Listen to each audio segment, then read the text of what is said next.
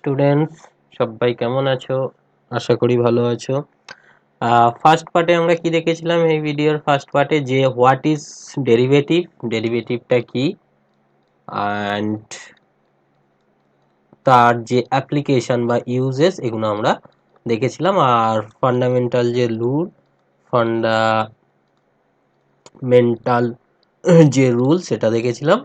আর দেখেছিলাম যে কোনো একটা পয়েন্টে এই ডেরিভেটিভের এক্সিস্টেন্স অফ ডেরিভেটিভ, এই জিনিসগুলো আমরা দেখেছিলাম ইন দি ফার্স্ট পার্ট 1-এ। ওকে, যারা দেখোনি তারা অবশ্যই ফার্স্ট পার্টটা দেখে নাও, ডেসক্রিপশনে লিংক দেওয়া থাকবে। তারপরে সেকেন্ড পার্টটা দেখো। আজকে আমরা কি করব না, কিছু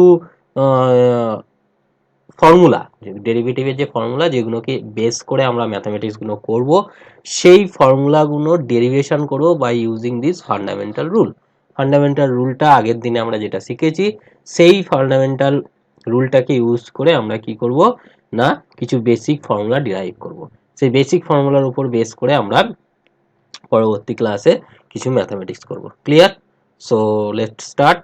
this is all about me, this is my contact details, and I request all of you to connect with this telegram channel such that you can get the pdf of this video.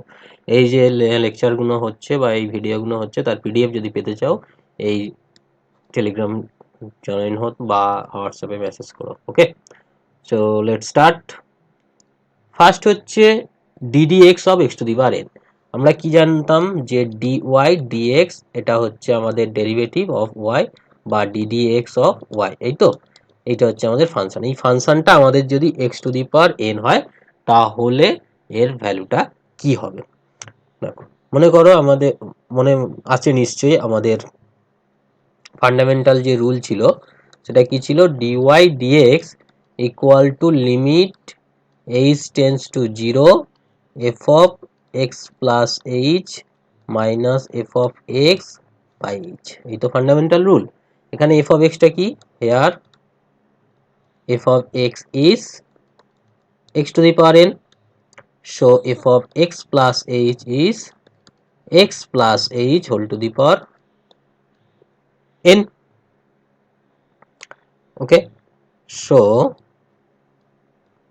ddx of x to the power n এটাকে আমি যদি fundamental রুলের আকারে লিখতে চাই, so h limit h tends to 0 f of x plus h মানে x plus h whole to the power n minus f of x মানে x to the power n by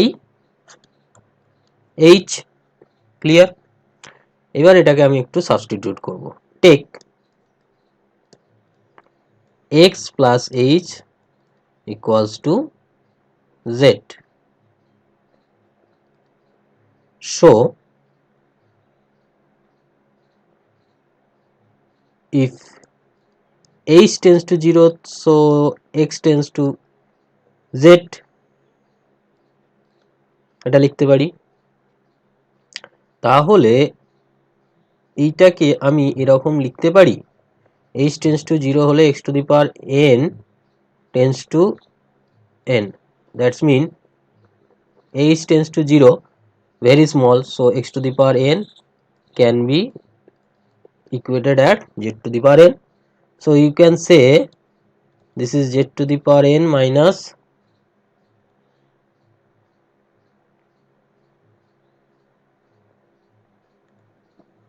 actually or limit change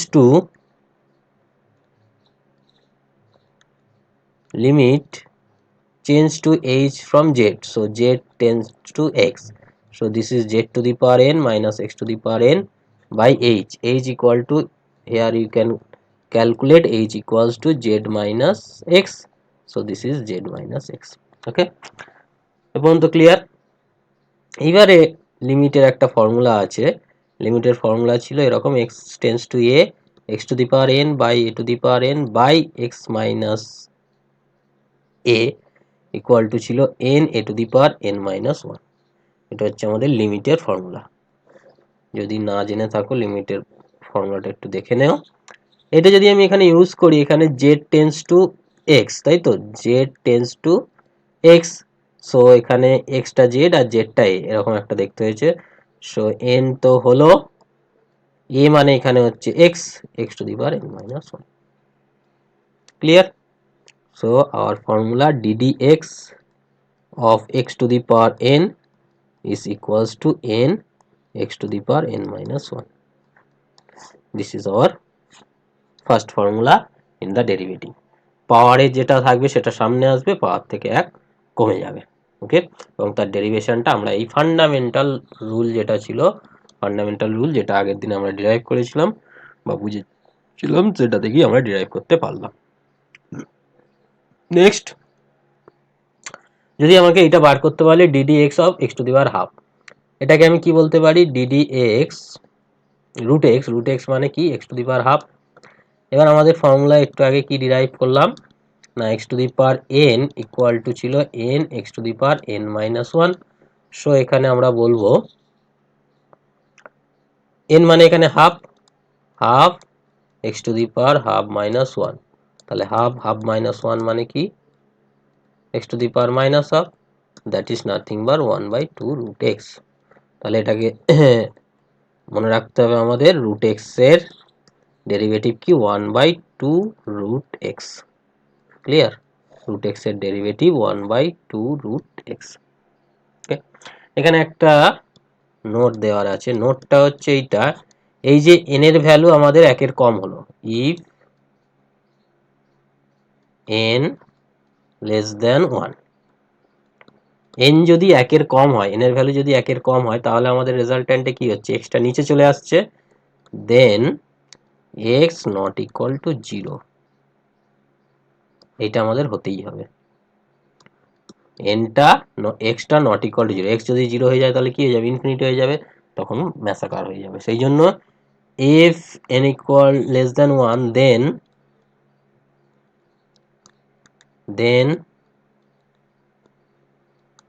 this,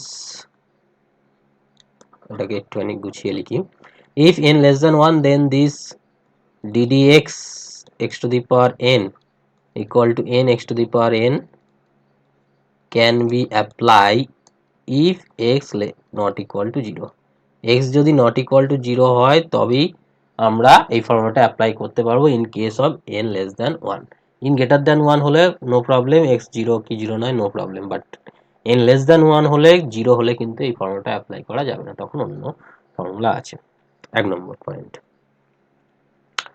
2 number point হচ্ছে note 1। Note 2 হচ্ছে, যদি এরকম থাকতো a to the power x, e two the power x, বা তোমরা এরকম বলতে পারো x to the power x, এইগুলোর ক্ষেত্রে কিন্তু this formula not applicable. ddx x to the power n equal to n x to the power n minus 1 not applicable. কেন applicable নয়? অ্যাপ্লিকেবল নয় কেন? এই পাওয়ারে যে x আছে সেটা তো ভেরিয়েবল, এখানে n টা ছিল কনস্ট্যান্ট, কারণ এখানে n টা কনস্ট্যান্ট, কিন্তু এখানে কি হচ্ছে? পাওয়ারে ভেরিয়েবল হয়ে যাচ্ছে, ভেরিয়েবল হয়ে থাকলে এই ফর্মুলাটা অ্যাপ্লিকেবল নয়। দুটো পয়েন্ট মনে থাকবে নিশ্চয়ই। এই ফর্মুলাটা অ্যাপ্লিকেশনের জন্য আমাদের n লেস দ্যান 1 হলে এক্সটা নট ইকুয়াল টু 0 হতে হবে। আর এই ধরনের ফাংশন, এগুলোর আমরা শিখবো, এগুলো আলাদা ফর্মুলা আছে, বাট এখানে আমরা বলতে পারি যে এইগুলো নট অ্যাপ্লিকেবল, মনে থাকবে। নেক্সট, সিটা হচ্ছে এখানে একটা কনস্ট্যান্ট। যদি একটা কনস্ট্যান্ট হয় তাহলে আমাদের এই ডেরিভেটিভটা কি হবে? দেখো, এটাকে আমি এরকম লিখতে পারি কি, ddx সি মানে আমি কি এরকম লিখতে পারি, x to the power 0, no problem. See যদি এটা x টু দি পাওয়ার 0 লিখি, তাহলে সিটা কনস্ট্যান্ট, ডেরিভেটিভের বাইরে বের করে দিলাম, ddx of x to the power 0, constant বাইরে চলে এলো। এবারে কি হচ্ছে? পাওয়ারটা সামনে আসে, পাওয়ার থেকে 1 কমে যায়, তাহলে 0 এর সাথে যাই মাল্টিপ্লাই করি না কেন 0 হবে। So derivative of constant ddx of constant, শুধু কনস্ট্যান্ট যদি থাকে তাহলে 0 হবে, আর কনস্ট্যান্ট যদি মাল্টিপল থাকে তাহলে সে বাইরে চলে আসবে। মানে সাপোজ ধরো ddx of cx to the power 5, তাহলে কি হবে? সিটা বাইরে চলে আসবে, ddx of x to the power 5, এটা কি হবে? 5 আর x to the power 5 minus 1, that is 4। So this is 5c x to the power 4. Okay, তার মানে কনস্ট্যান্ট যদি থাকে ওয়ানলি কনস্ট্যান্ট তাহলে জিরো, ওয়ানলি কনস্ট্যান্ট থাকলে তাহলে জিরো হচ্ছে ডেরিভেটিভ, আর মাল্টিপ্লিকেশন থাকে কনস্ট্যান্টটা বাইরে চলে আসবে। ওকে, মনে থাকবে।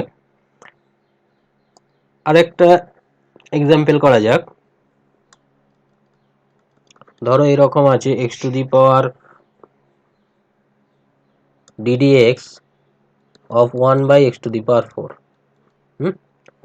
এটাকে আমি কি বলতে পারি? এটাকে আমি বলতে পারি ddx of x to the power minus 4, that is minus 4 into x to the power minus 4 minus 1, that is minus 4 by x to the power 5. Simple ব্যাপার।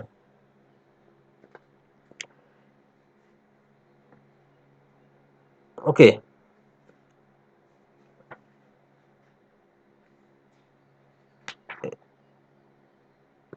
যদি তোমার কাছে একটা এক্সাম্পল দেয় y equals to 2x cube minus 15x square plus 36x, এটাকে আমরা কি বলতে পারি? dy dx মানে কি ddx of 2x cube minus 15x square plus 36x, তাই তো? এটাকে আমরা সেপারেট আউট করে দিতে পারি ddx of 2x cube minus ddx of 15x square plus ddx of 36x। এটাকে আমরা কখনো d by dx বলবে না, ddx, এটা একটা অপারেটর। টুটা বাইরে বেরিয়ে এলো, পাওয়ারটা সামনে আসে, পাওয়ার থেকে 1 কমে যায়। 15টা বাইরে বেরিয়ে এলো, পাওয়ারটা সামনে আসে, পাওয়ার থেকে 1 কমে যায়। 36 বাইরে বেরিয়ে এসলো, পাওয়ারটা থাকে, পাওয়ার থেকে 1 কমে যায়। So 6x square minus 30x plus 36 into 1। ওকে, তাহলে x এর ডেরিভেটিভ কি হবে? ddx অফ x যদি বলি তাহলে কি হবে? পাওয়ারটা 1, 1 চলে এলো, পাওয়ার থেকে 1 কমে গেল। So 1 x to the power 0, that is 1 into 1, that is 1। So ddx হচ্ছে x এর ডেরিভেটিভ যদি করি x এর রেসপেক্টে, তাহলে কি আসবে? 1 আসবে। এবারে আমি যদি এরকম বলি যে y equals to x plus x cube by 3 plus x to the power 5 by 5, এইভাবে ইনফিনিটি পর্যন্ত চলছে, তাহলে dy dx টা কি হবে? dy dx কি হবে? x এর ডেরিভেটিভ কি হবে? 1, x কিউবের ডেরিভেটিভ কি হবে? 3x স্কোয়ার, আর নিচে 3 ছিল। x টু দি পাওয়ার 5 এর কি হবে? 5x two the power 4 by 5, এরকম চলবে। সো 1, 3 3 কেটে গেল, x square, x to the power 4, এইটা। এটাকে আমরা বলতে পারি এরকম 1 plus x square plus x স্কোয়ারের হোল স্কোয়ার, এটা। এটা অ্যাকচুয়ালি সিরিজ আকারে যদি লিখি এটা হয়ে যাবে 1 minus x square whole to the power minus 1। এটা বাইনোমিয়াল থিওরেমে দেখবে আছে। এটাকে আমরা যদি লিখি তাহলে এটা এই হচ্ছে অ্যান্সার। ক্লিয়ার? ওকে, আজকে এই পর্যন্তই। নেক্সট ডেতে আমরা আরো কিছু ফর্মুলার ডেরিভেশন শিখব। Okay, thank you for listening. We will meet in the next class.